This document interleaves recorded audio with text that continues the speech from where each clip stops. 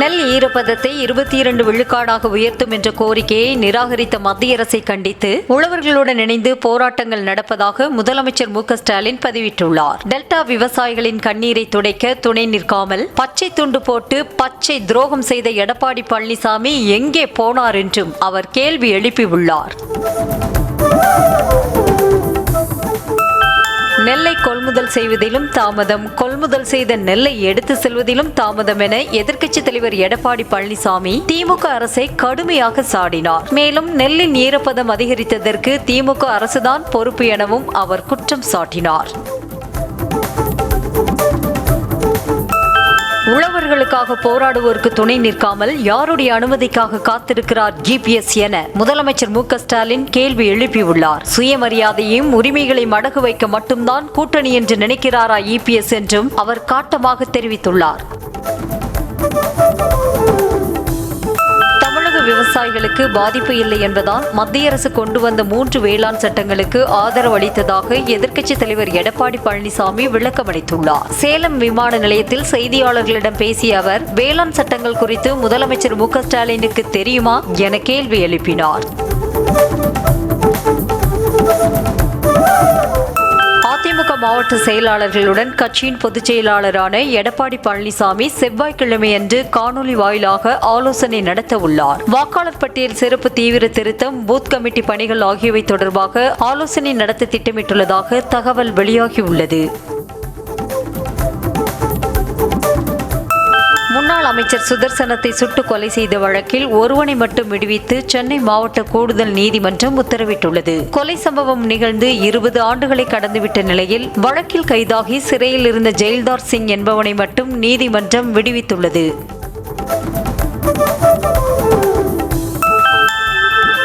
அதிமுக முன்னாள் அமைச்சர் சுதர்சனம் கொலை வழக்கில் தண்டனை விவரம் அறிவிக்கப்பட்டுள்ளது. கடந்த 2005ஆம் ஆண்டு சுதர்சனத்தின் வீட்டிற்குள் புகுந்த பவாரியா கும்பல் அவரை சுட்டுக் கொன்றுவிட்டு நகைகளை கொள்ளையடித்து சென்றது. இதில் கைதாகி சிறையில் உள்ள 3 ஆயுள் தண்டனை விதிக்கப்பட்டுள்ளது.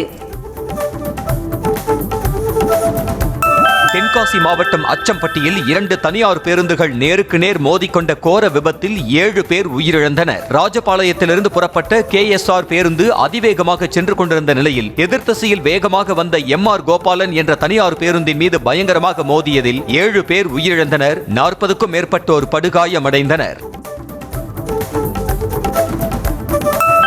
அந்தமான் கடல் பகுதிகளில் நிலவும் ஆழ்ந்த காற்றழுத்த தாழ்வு பகுதி செவ்வாய்க்கிழமையன்று காற்றழுத்த தாழ்வு மண்டலமாக வலுப்பெறும் என சென்னை வானிலை ஆய்வு மையம் கணித்துள்ளது. இது புதன்கிழமைக்குள் சூறாவளி புயலாக மேலும் வலுவடைய வாய்ப்புள்ளதாகவும் தெரிவிக்கப்பட்டுள்ளது.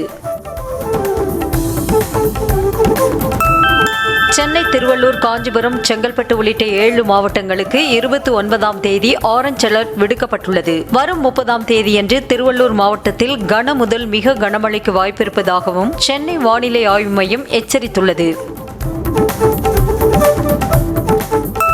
தஞ்சாவூர், திருவாரூர், நாகப்பட்டினம் ஆகிய டெல்டா மாவட்டங்களுக்கு 28ஆம் தேதி மிக கனமழை எச்சரிக்கை விடுக்கப்பட்டுள்ளது. இதே மாவட்டங்களில் முந்தைய நாளில் கனமழை பெய்யக்கூடும் என்றும் சென்னை வானிலை ஆய்வு மையம் தெரிவித்துள்ளது. தூத்துக்குடியில் வெளுத்து வாங்கிய கனமழையால் அரசு மருத்துவக் கல்லூரி மருத்துவமனை வளாகத்தில் மழைநீர் குளம் போல தேங்கியது. குழந்தைகள் வார்டு, இரத்த வங்கி உள்ளிட்ட வார்டுகளுக்குள் மழைநீர் புகுந்துள்ளது. இதனால் நோயாளிகளுக்கு மேலும் நோய் தொற்று ஏற்படும் அபாயம் உண்டாகியுள்ள நிலையில் கடும் சிரமத்திற்கு ஆளாகினர்.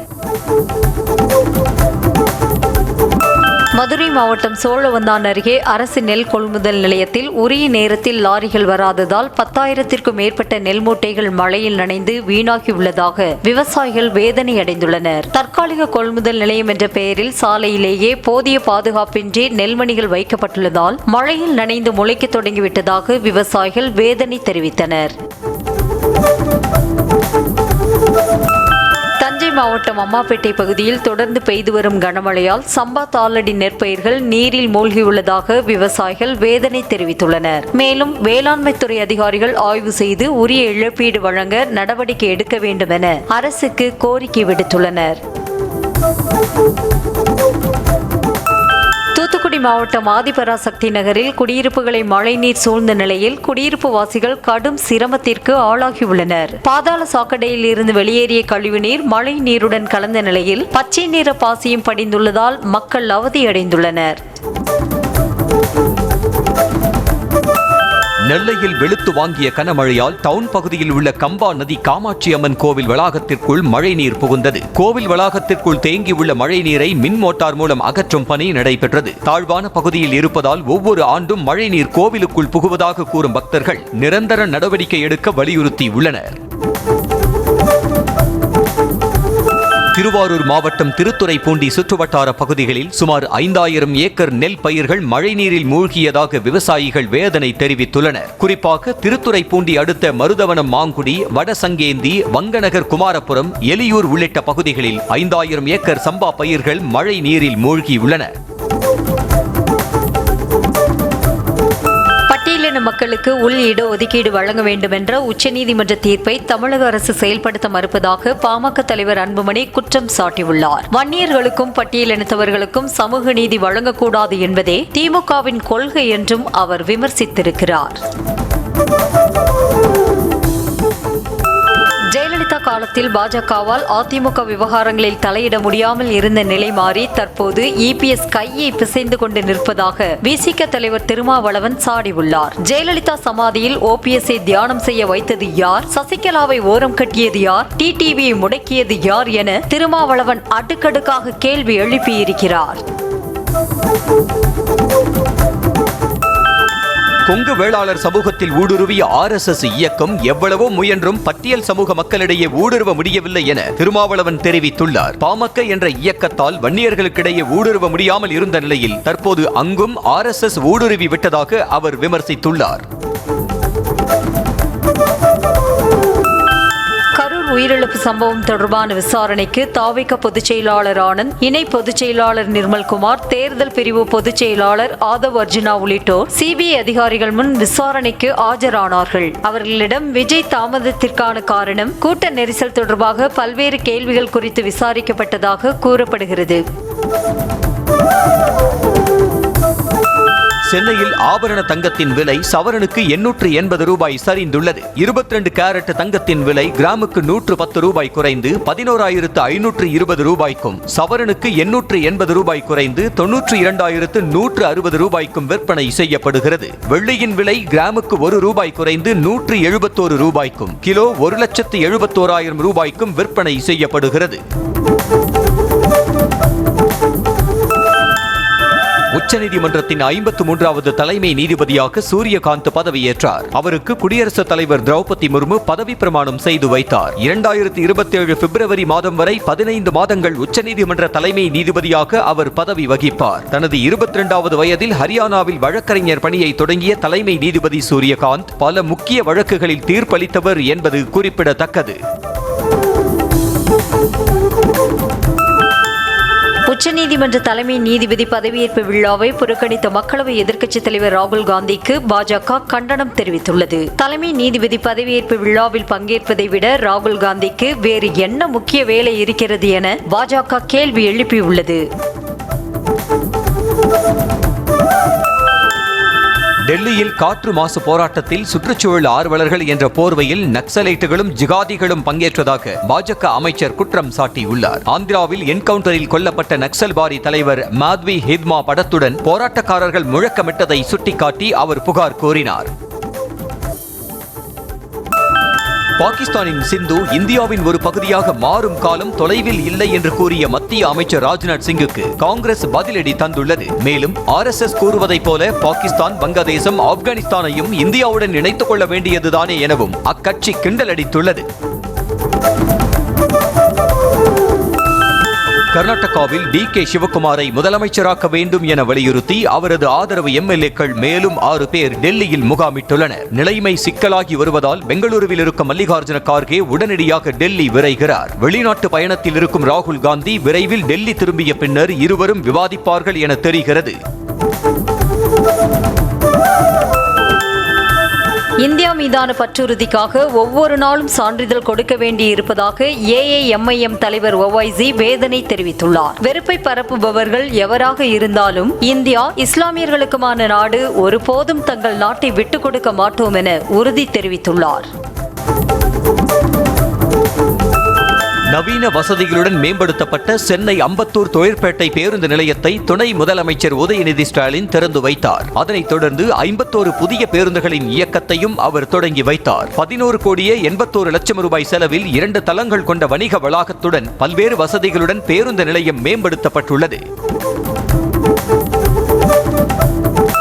ஒரு காலத்தில் ஸ்லீப்பர் செல்களாக இருந்து பாஜகவின் சி டீமாக அரசியல் களத்திற்கு வந்துள்ள தாவேகா தங்களுக்கு போட்டியே இல்லை என அமைச்சர் ரகுபதி சாடினார். புதுக்கோட்டையில் செய்தியாளர்களை சந்தித்த அவர், விஜய் ஆச்சரியக்குறியாக இருந்தாலும் தற்குறியாக இருந்தாலும் தங்களுக்கு கவலை இல்லை, திமுகவுக்கு ஒரே குறி தேர்தல் தான் என பேசினார்.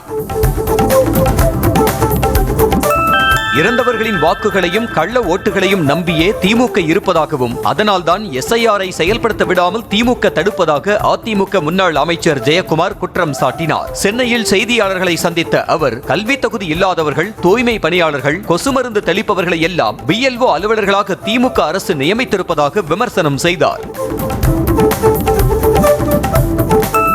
நாங்குநேரி, ராதாபுரம், சாத்தான்குளம் உள்ளிட்ட வறண்ட பகுதிகளுக்கு கோரை ஆற்றில் இருந்து 3200 கன அடி தண்ணீர் திறக்கப்பட்டுள்ளதாக சபாநாயகர் அப்பாவு தெரிவித்துள்ளார். நெல்லை மாவட்ட ஆட்சியர் அலுவலகத்தில் செய்தியாளர்களை சந்தித்த அவர், பாபநாசம் மணிமுத்தாறு அணையில் இருந்து உபரியாக கடலில் கலக்கும் தண்ணீரை வறண்ட பகுதிகளுக்கு திறந்துவிடப்படுவதாக தெரிவித்தார். நடிகர் விஷால் லைகா நிறுவனத்திற்கு கொடுக்க வேண்டிய 21,29,00,000 ரூபாயை 30% வட்டியுடன் செலுத்த வேண்டும் என்ற தனி நீதிபதியின் உத்தரவுக்கு உயர்நீதிமன்றம் இடைக்கால தடை விதித்துள்ளது. விஷால் தாக்கல் செய்த மேல்முறையீட்டு மனுவை விசாரித்த உயர்நீதிமன்றம் 10 கோடி ரூபாய் டெபாசிட் செய்ய நடிகர் விஷாலுக்கு உத்தரவிட்டது. திருவள்ளூர் மாவட்டம் கும்மிடிப்பூண்டியில் கழிவுநீர் லாரிகளின் டயர்களில் காற்றை இறக்கிவிட்டு நூதன முறையில் உரிமையாளர்கள் காலவரையற்ற போராட்டத்தில் ஈடுபட்டுள்ளனர். குடியிருப்புகளிலிருந்து நாள்தோறும் சேகரிக்கப்படும் கழிவுநீரை வெளியேற்ற கழிவுநீர் சுத்திகரிப்பு நிலையம் அமைக்க வேண்டும் என கழிவுநீர் லாரி உரிமையாளர்கள் வலியுறுத்தி வருகின்றனர்.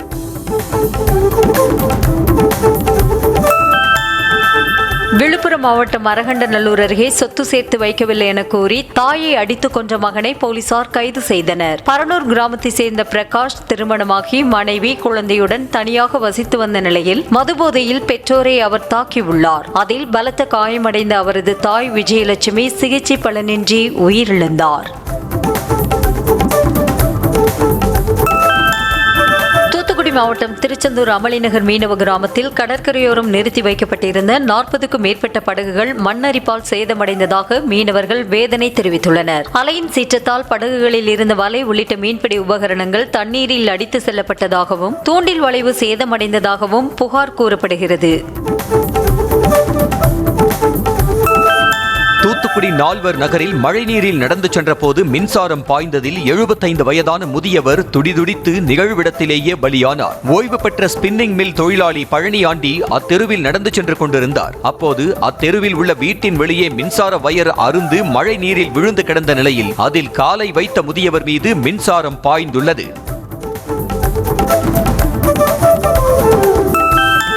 புதுச்சேரியில் பலத்த இடியுடன் கூடிய கனமழை கொட்டி தீர்த்த நிலையில் நாவற்குளம் பகுதியில் இடி தாக்கி வீடு ஒன்று சேதமடைந்தது. அந்த வீட்டில் இருந்தவர்கள் நல்வாய்ப்பாக உயிர் தப்பினர். வீட்டின் அருகே இருந்த தென்னை மரத்தின் மீதும் இடி தாக்கியதில் தீப்பற்றி எரிந்தது.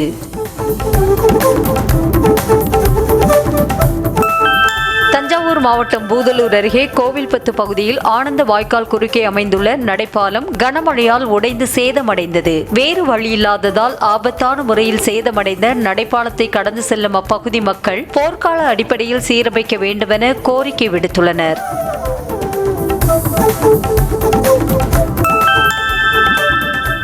கடலூர் மாவட்டம் வெங்கடாப்பேட்டை கிராமத்தில் கனமழையினால் ஊறிப்போன ஓட்டு வீட்டின் பின்பக்க சுவர் இடிந்து விழுந்தது. அந்த சமயம் குடும்பத்தினர் வேறு அறையில் இருந்ததால் நல்வாய்ப்பாக உயிர் தப்பினர். மேலும் அன்னதானப்பேட்டை கிராமத்தில் வீடுகளுக்குள் மழைநீர் புகுந்துள்ளதால் குடியிருப்பு வாசிகள் அவதியடைந்துள்ளனர்.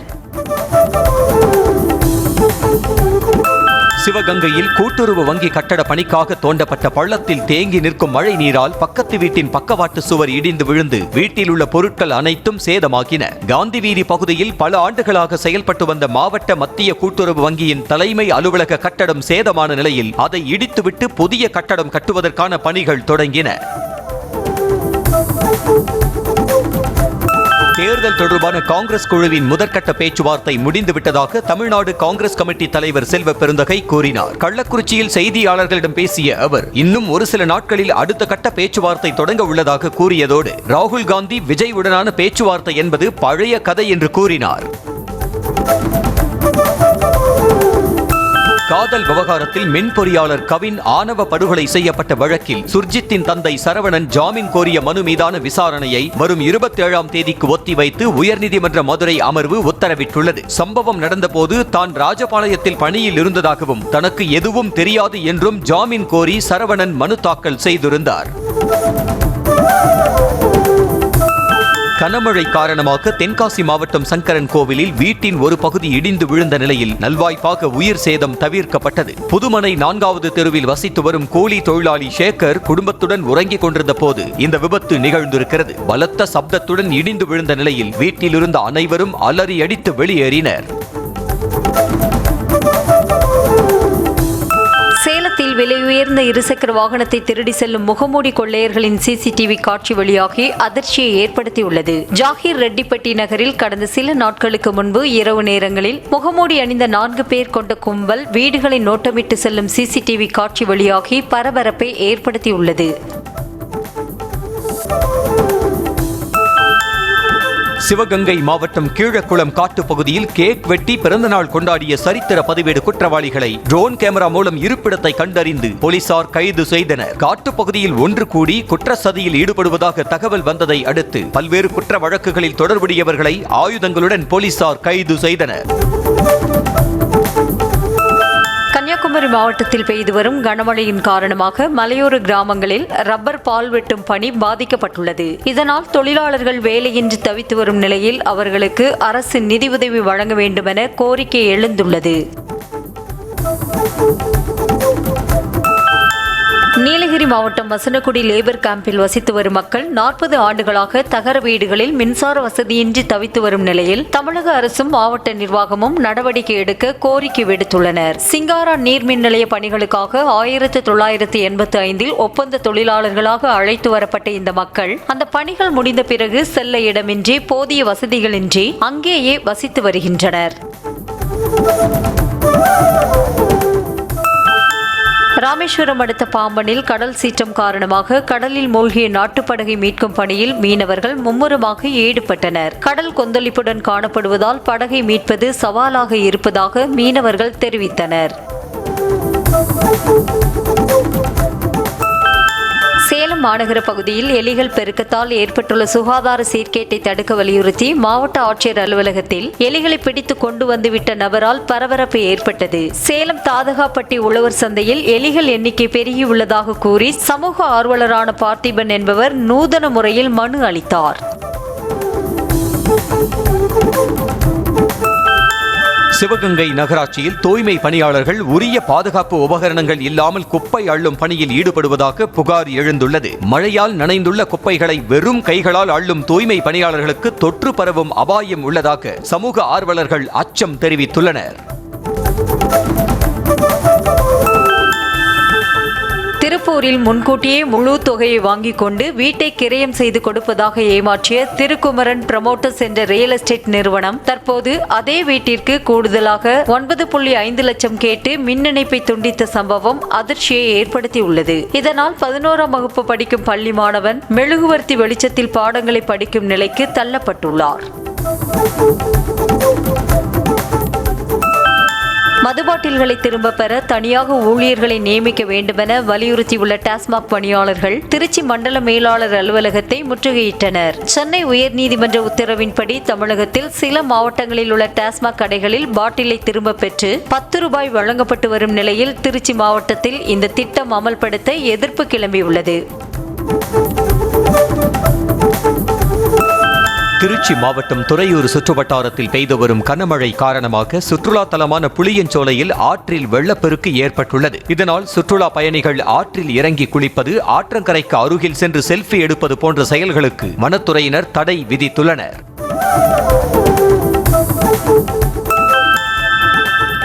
தூத்துக்குடி மாவட்டம் விளாத்திக்குளம் மாவட்ட மத்திய கூட்டுறவு வங்கி கிளையில் வட்டியில்லா பயிர்க்கடன் வாங்க குவிந்த விவசாயிகள், வங்கி ஊழியர்கள் ஆமை வேகத்தில் பணிகளை மேற்கொள்வதால் கொட்டு மழையில் மணிக்கணக்கில் காத்திருந்தனர். ஏற்கனவே நாள் ஒன்றுக்கு குறைவான டோக்கன்களே வழங்கப்படும் நிலையில் வங்கி ஊழியர்களும் அலைக்கழிப்பதாக விவசாயிகள் வேதனை தெரிவித்துள்ளனர்.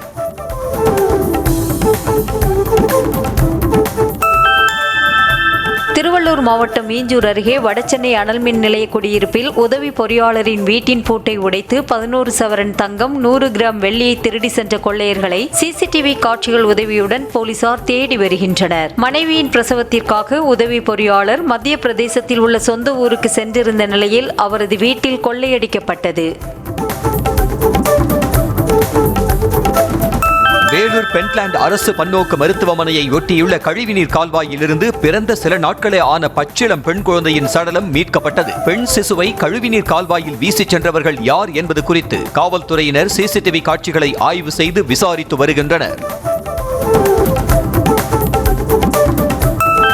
கடலூர் மாவட்டம் வேப்பூர் அருகே மின்கட்டணம் வழக்கத்திற்கு மாறாக பன்மடங்கு அதிகமாக வந்ததால் ஆத்திரமடைந்த கிராம மக்கள் மங்களூர் மின்வாரிய அலுவலகத்தை முற்றுகையிட்டனர். பணி மாறுதலாகி வந்த புதிய ஊழியர் தவறாக கணக்கீடு செய்ததால் 500 ரூபாய் மின்கட்டணம் வரவேண்டிய இடத்தில் 20,000 ரூபாயும், 200 ரூபாய் வரவேண்டிய இடத்தில் 10,000 ரூபாயும் வந்ததாக குற்றம் சாட்டியுள்ளனர்.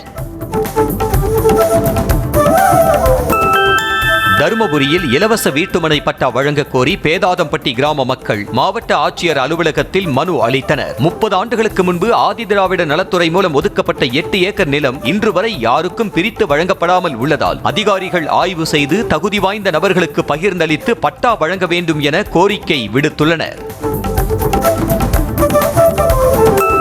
கன்னியாகுமரி மாவட்டம் நுள்ளிவிளை பகுதியில் உள்ள பழைய ரயில்வே மேம்பாலத்தை இடித்து புதிய மேம்பாலம் கட்ட எதிர்ப்பு தெரிவித்து ஒரு தரப்பினர் பணிகளை தடுத்து நிறுத்திய நிலையில் ஆதரவு தெரிவித்து மற்றொரு தரப்பினர் திரண்டதால் பதற்றமான சூழல் ஏற்பட்டது. இதனையடுத்து MP விஜய் வசந்த் தலைமையில் நடைபெற்ற கருத்து கேட்பு கூட்டத்தில் இரு தரப்பினரும் மாறி மாறி வாக்குவாதத்தில் ஈடுபட்டனர்.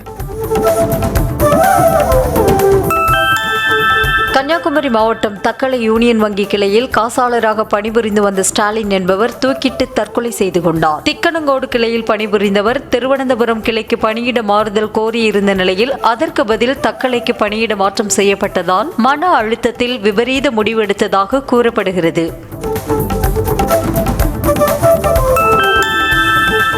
டைல்ஸ் மற்றும் கிரானைட் கற்கள் விற்பனையில் 25 ஆண்டுகளுக்கு மேலாக வாடிக்கையாளர்களின் நன்மதிப்பை பெற்ற சுரபி நிறுவனத்தின் பிரம்மாண்ட நவீன ஸ்டுடியோ கோவை தடாகம் பிரதான சாலையில் துவங்கப்பட்டுள்ளது. வாடிக்கையாளர்கள் தாங்கள் விரும்பும் டைல்ஸ்களை தாங்களே எளிதாக தேர்வு செய்து கொள்ளும் வகையில் சுரபி பில் மார்ட் லக்ஸ் ஸ்டுடியோ திறக்கப்பட்டுள்ளது. மதுரை திடீர்நகர் காவல் எல்லைக்குட்பட்ட 7 பகுதிகளில் சென்னை சில்க்ஸ் நிறுவனத்தின் பங்களிப்புடன் நிறுவப்பட்ட அதிநவீன கண்காணிப்பு கேமராக்களை மாநகர காவல் ஆணையர் லோகநாதன் பயன்பாட்டிற்கு துவக்கி வைத்தார். இந்த நிகழ்வில் சென்னை சில்க்ஸ் நிர்வாக இயக்குநர் மற்றும் திடீர்நகர் காவல் நிலைய ஆய்வாளர்கள் உள்ளிட்டோர் கலந்து கொண்டனர்.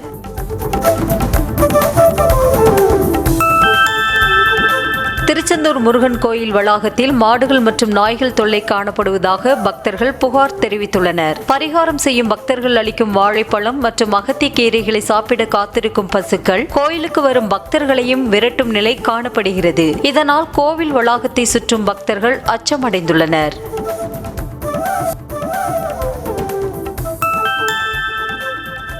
தன்னை காதல் திருமணம் செய்து கொண்டு ஏமாற்றிவிட்டு 12ஆம் வகுப்பு மாணவியை திருமணம் செய்து கொண்ட கணவர் மீது நடவடிக்கை எடுக்க கோரி மாற்றுத்திறனாளி மனைவி 1 மாத கை குழந்தையுடன் வந்து சேலம் அன்னதானப்பட்டி காவல் நிலையத்தில் புகார் அளித்துள்ளார். வாய் பேச முடியாத, காது கேட்காத மாற்றுத்திறனாளியான ஜோதி தாதகாப்பட்டியை சேர்ந்த சிவானந்தம் மீது புகார் அளித்துள்ளார்.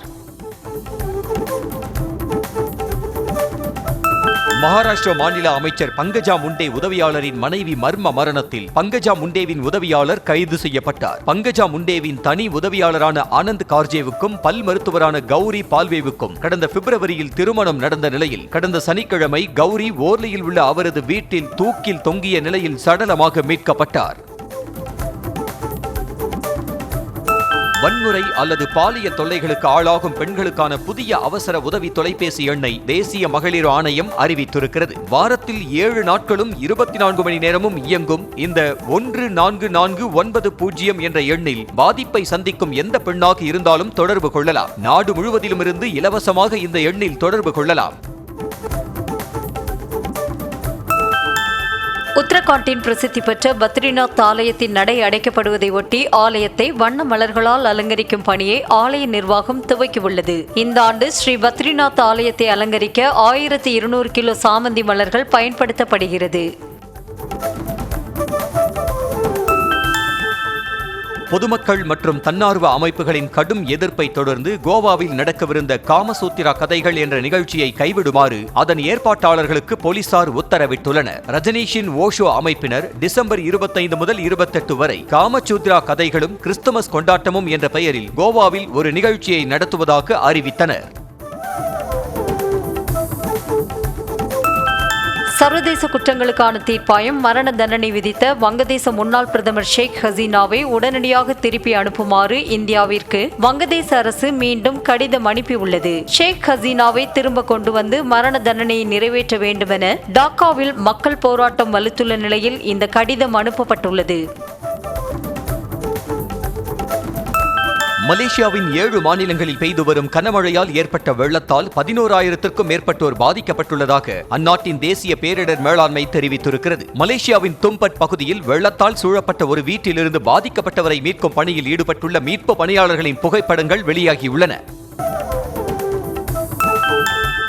சர்வதேச விண்வெளி நிலையத்தில் இருந்தபடி நார்வே, ஐஸ்லாந்து பகுதிகளில் தோன்றும் நார்த்தன் லைட்ஸ் காட்சியை விண்வெளி வீரர் ஜோனி கிம் வீடியோ எடுத்து வெளியிட்டுள்ளார். இந்த வீடியோவில் நார்த்தன் லைட்ஸை தொடர்ந்து இரவு நேரத்தில் பல நகரங்கள் மின்னொளியில் ஜொலிக்கும் காட்சியும் பதிவாகியுள்ளது.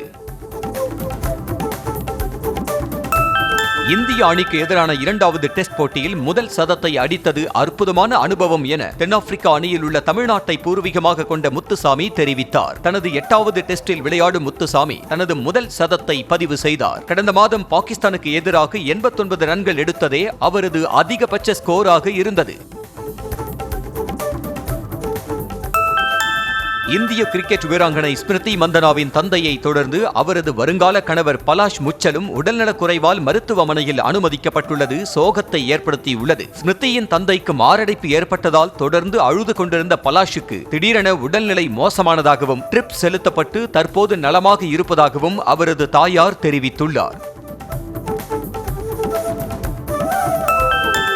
திருப்பூர் மாவட்டம் நத்தக்காடையூரில் நடைபெற்ற தென்னிந்திய அளவிலான கபடி போட்டியில் ஆண்கள் பிரிவில் முதல் பரிசை திருப்பூர் ஜெயசித்ரா அணியும், பெண்கள் பிரிவில் முதல் பரிசை ஒட்டன்சத்திரம் SMVK அணியும் தட்டி சென்றது. இரவு பகலாக மின்னொளியில் 3 நாட்கள் நடைபெற்ற இந்த A கிரேட் கபடி போட்டியில் 50க்கும் மேற்பட்ட அணிகள் கலந்து கொண்டன. அர்ஜுன் தாஸ் சாண்டி நடிக்கும் படத்தின் ஃபர்ஸ்ட் லுக் மற்றும் தலைப்பை படக்குழு வெளியிட்டுள்ளது. படத்திற்கு சூப்பர் ஹீரோ என பெயரிடப்பட்டுள்ளது. ஹேஷம் அப்துல் வஹாப் இசையமைக்கும் இந்த திரைப்படத்தின் படப்பிடிப்பு விரைவில் துவங்க உள்ளது.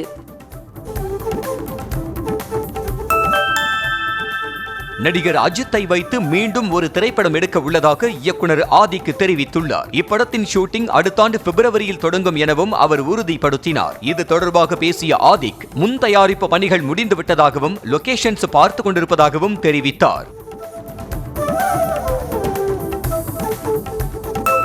சபரிமலை ஐயப்பன் கோயிலில் நடை திறக்கப்பட்ட நாளில் இருந்து தற்போது வரை 7 லட்சத்திற்கும் அதிகமான பக்தர்கள் சுவாமி தரிசனம் செய்துள்ளதாக தகவல் வெளியாகியுள்ளது. மேலும் ஸ்பாட் புக்கிங் மூலம் தரிசனம் செய்வதற்கு அதிகமான பக்தர்கள் அனுமதிக்கப்பட்டுள்ளனர்.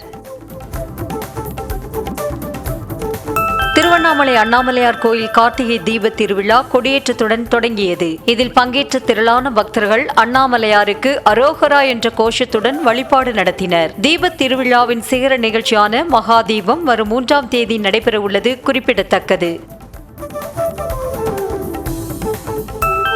திருவண்ணாமலை மாவட்டம் வேடநத்தம் கிராமத்தில் அமைந்துள்ள ருக்குமணி சத்யபாமா பாண்டுரங்க பெருமாள் ஆலய அஷ்டபந்தன மகா கும்பாபிஷேகம் வெகு விமர்சையாக நடைபெற்றது. முன்னதாக மங்கள இசை, குரு வந்தனம், கிராம வேதா பிரார்த்தனை, கணபதி ஹோமம், கோ பூஜை, 108 கலச அபிஷேகம் உள்ளிட்டவைகள், சிவாச்சாரியார்கள் வேத மந்திரம் முழங்க யாகம் நடைபெற்றது.